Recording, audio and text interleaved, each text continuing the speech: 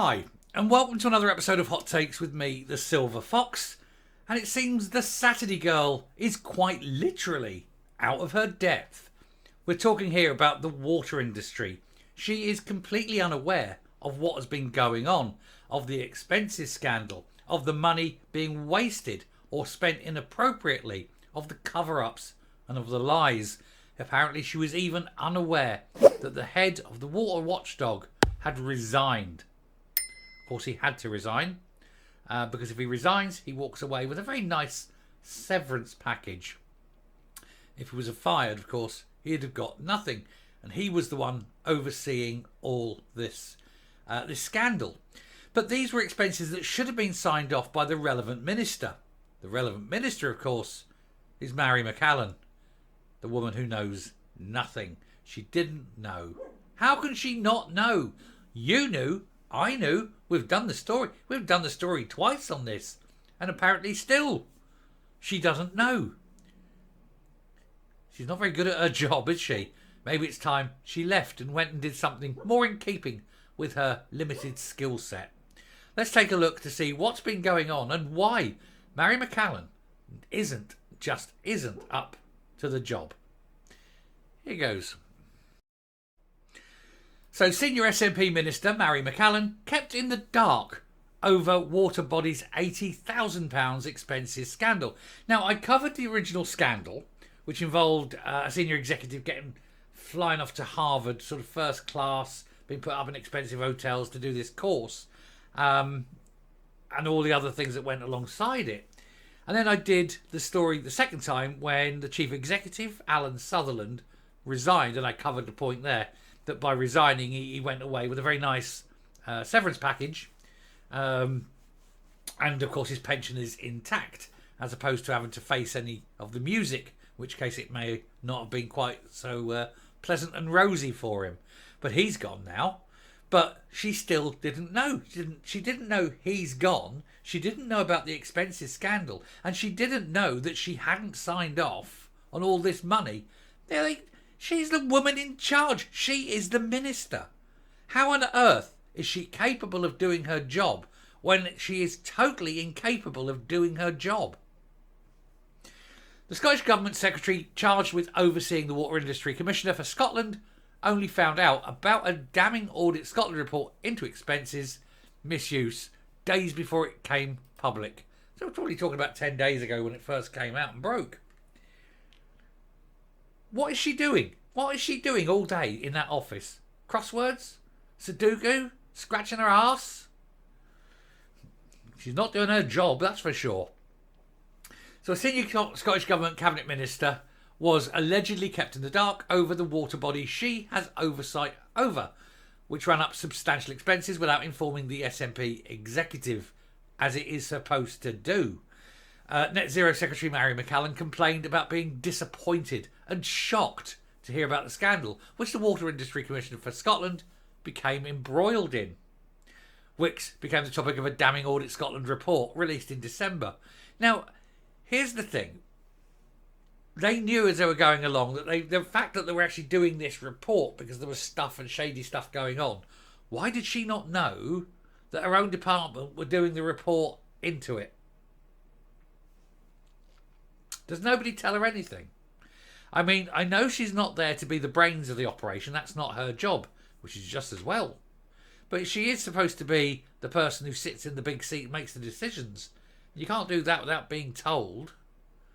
Or maybe she's just there to provide light relief for Humza Yousaf. Who knows? Anyway, the body was roundly criticised. This is the WICS, the Water Industry Commission, was roundly criticised for splashing out thousands of taxpayer cash without getting permission first from the Scottish Government. This included spending £77,350 for a training course at Harvard Business School in the US, which included business class flights for Chief Operating Officer Michelle Ashford.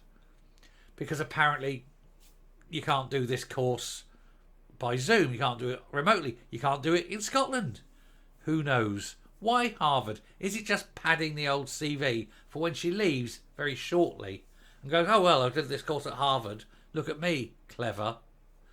Really? No, no, no, no. Don't think so. It was not cleared first with the SNP executive, and neither was 2,600 being claimed to provide every staff member with a £100 gift card at Christmas. The scandal cost the CEO, Alan Sutherland, his job, as I mentioned, but he managed to pocket a cool £80,000 golden goodbye. Had he been fired, he wouldn't have got a penny. So that's 160,000 wanked away that shouldn't have been spent. Now, turn 160,000 into nurses or teachers. But no. It's got to be spent on utter wankery by sending someone to Harvard, business class, and then a payoff for a guy who didn't deserve it because he failed in his job. But at least he walked away a failure with 80,000 in his pocket. Now, the Scottish Daily Express can reveal that Miss McAllan was only informed about this damning Audit Scotland report and the expenses days before the official publication came out on December the 20th. This despite senior officials retrospectively accepting the expenses on November the 3rd. What are the officials there for if it's not to tell her what's going on? Why does she not know things like this in her own department? Either the officials don't trust her, or they don't think she's up to the job, or, more likely, she's just not interested to do the job. She has other fish to fry, other Humsers to please. In an email, one of her officials described the Net Zero Secretary's anger about not being informed on the report before. They wrote she's extremely disappointed in these findings, which have shocked her on receipt of the papers. CabSec had no awareness of any of these matters, and I'm surprised they have not been brought to her attention before now. Now, that's obviously an official that's failed. Find him, fire him. Or her. Heads must roll. Whoever it is has failed. There you go. Fired. There you go. That's how you get things working. You wield a big stick. You put it about. You fire people. When people know their jobs are on the line, and, as far as the civil service is concerned, more importantly, pensions, they tend to work slightly better. But it's virtually impossible to fire a civil servant, you know. Anyway, the scandal was discussed by MSPs at Holyrood on Thursday, with officials from the Scottish Government and Wix slated for their use of taxpayer cash. And we've covered the story, and I'm not going to go back into it. But the very fact that she didn't know, or claims she doesn't know, whichever it is, goes to show how useless she is at her job and how pointless she is being there. Let her go back. Let her go back to the old Saturday job in the hairdressers. Give her a broom. She can sweep up. It's more in keeping with what she can do. About the limit, I think. Certainly no good as a minister. Anyway, I'm going to come up. Now, we all know why she's there. We know how she's got her job, don't we? We all know, don't we? We all know. I mean, that nice little stint in Dubai, which is 5 months ago now, and subsequent announcement that she's now 5 months pregnant. One doesn't have to be a mathematician or a doctor to work that out, do we? And then, of course, when Neil Gray went, rather than giving the job to someone else, they gave her Neil Gray's job, which meant two things. It meant, one, Neil Gray was massively underworked if he could, have his job handed to another girl who's already got a job.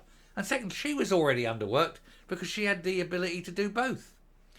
Two of them, part-time jobs, full-time pay, part-time jobs. Isn't working for the government wonderful? Thank you very much for watching. Do please hit that subscribe button, ring the bell, leave a like, leave a comment, please share the video, and I will speak to you later. Bye.